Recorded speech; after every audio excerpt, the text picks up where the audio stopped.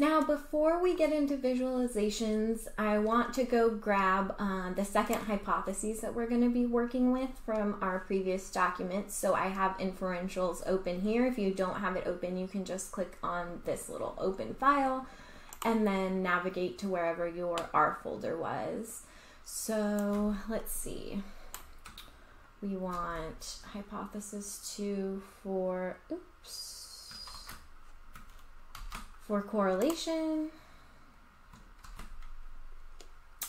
And then we want hypothesis 2 for the t-test.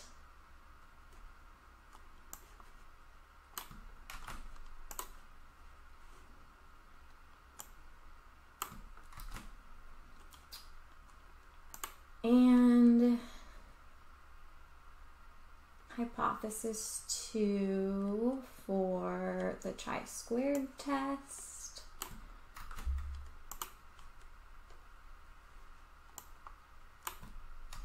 And then finally, hypothesis 2 for the one-way ANOVA.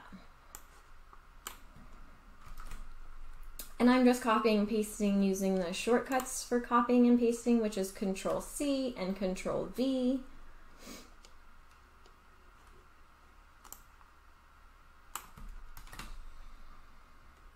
Okay, now that's ready to go. The other thing I want to do before we get started is look over some of the resources I have here. So these are a lot of good resources for ggplot2. I love this website. It has a bunch of different visualizations that are great and the code from them. And then I want to go ahead and open this one. This one is one that you should reference while we're building these graphs, because what it is a list of the colors that are supported in R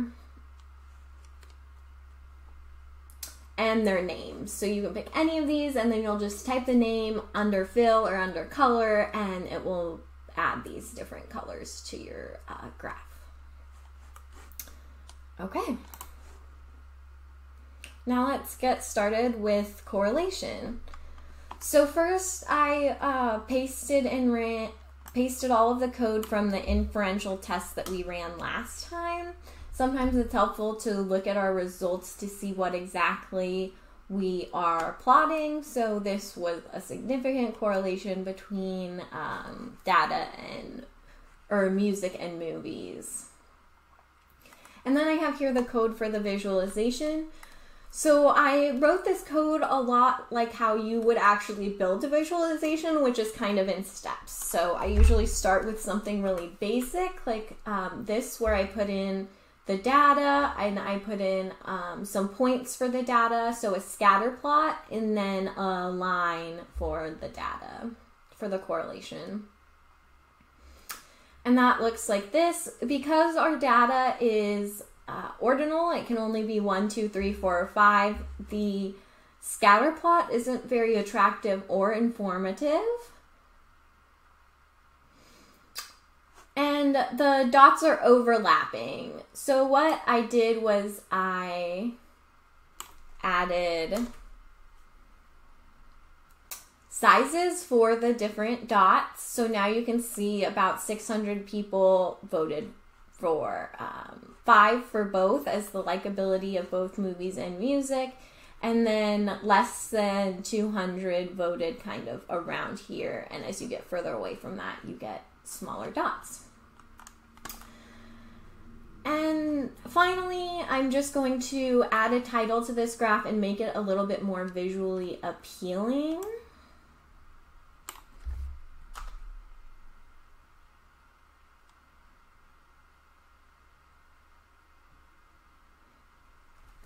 And so the way in which I did this was by adding a labels option, and I put in a title equals. You can also add a Y label here and an X label by just adding Y equals or X equals, and in that way you can change what it says here for movies and music, but I just left those as the default. And then you can add different themes. There are different themes that are built into ggplot. I'll show a few of them today, but if you just add them onto the end, then it makes your graph more visually appealing.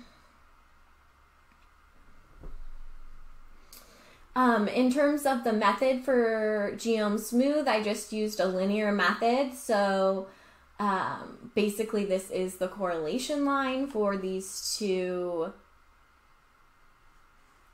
for this data. And then I didn't include the standard error here. I put a false, but you could include that if you wanted.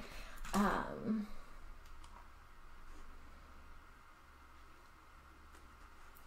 there you go. Okay, so now we're going to make a graph using the previous code, but we're going to do it for hypothesis 2. So I'm just going to grab this last set of code down here. Oops.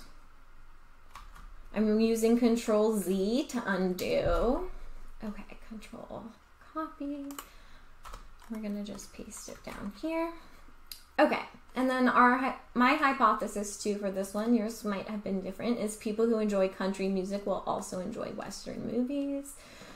So down here, we'll replace these with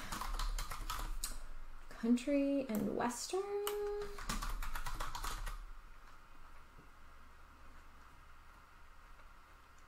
And then we'll do...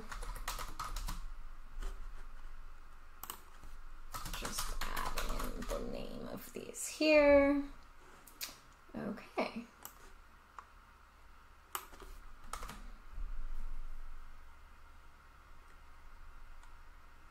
And here's a correlation of how much people like Western movies and country music. As you can see, more people were down here in the 1 category, but there was a correlation where as people liked Western movies more, they also liked country more.